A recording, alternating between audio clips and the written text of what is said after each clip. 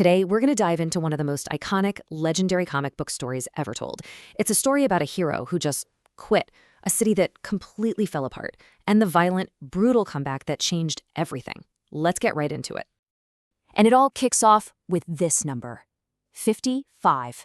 Now, you might be looking at that and thinking, what's so special about 55? Well, it's the key to this entire story. It's the age of a broken-down retired Bruce Wayne, a man who hasn't put on the cape and cowl for 10 long years.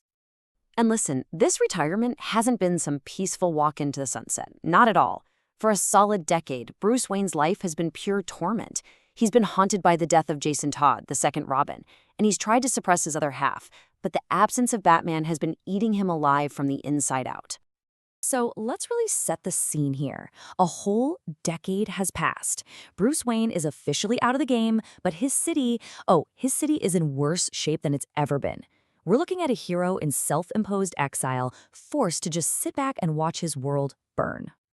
You gotta understand, Gotham City here is more than just a setting. It's practically its own character. And right now it is suffering.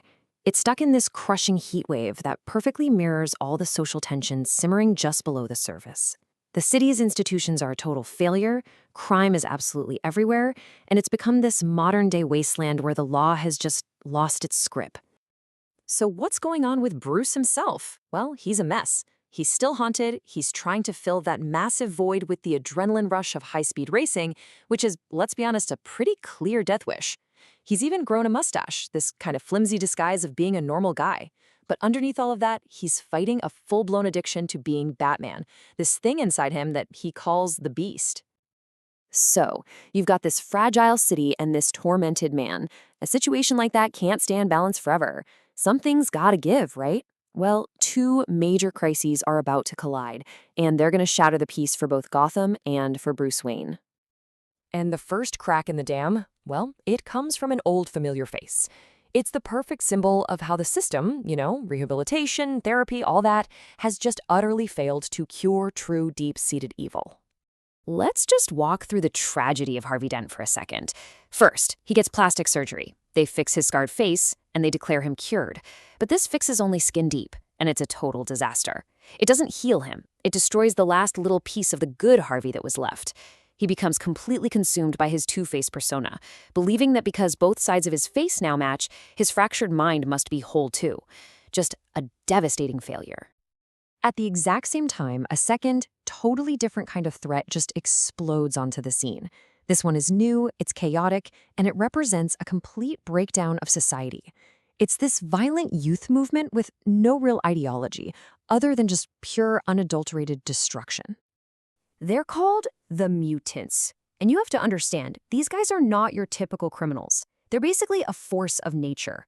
They're not after money, they're not after power, they are nihilistic, they are brutal, they even speak their own harsh language. They represent this generational void, an enemy that the old rules and the old heroes are completely unprepared for. And this is it. This is the moment everything snaps. The failure of the old system with Harvey and the rise of this new terrifying chaos. It's just too much. Bruce Wayne can't keep the beast caged any longer. You see, as he's watching the news, seeing the mutants tear his city apart, it triggers that old, deep trauma, the memory of his parents' murder in that alley. That primal memory, mixed with the chaos happening right now, is the final push. His resolve just shatters, and the Batman is reborn. But here's the thing. This is not the Batman we remember. He's 55 years old now. He's slower, he's not as strong.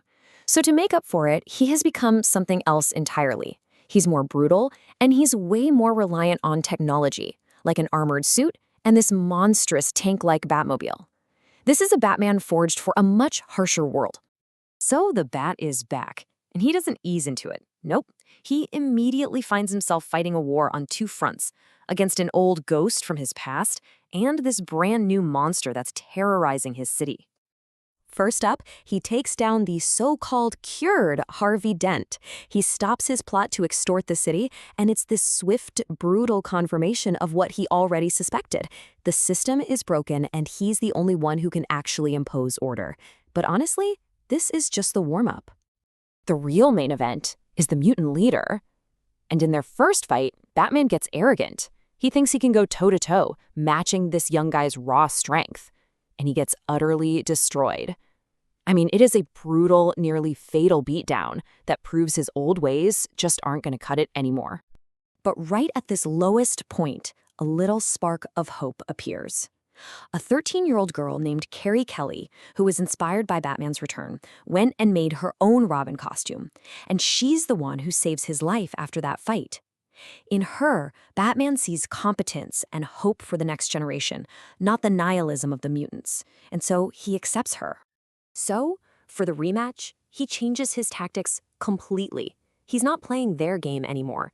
He lures the mutant leader to a mud pit, slowing him down, taking away that physical edge.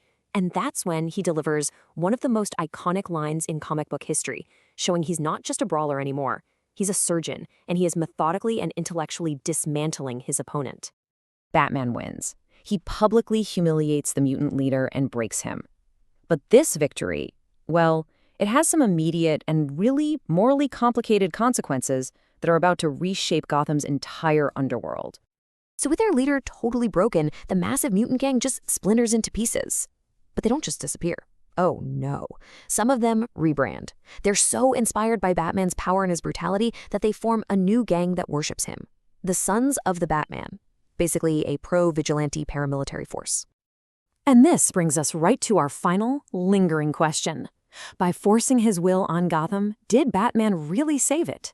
Or did he just destroy one monster to create an entire army of new ones, all molded in his own violent, uncompromising image? It's a question with no easy answer.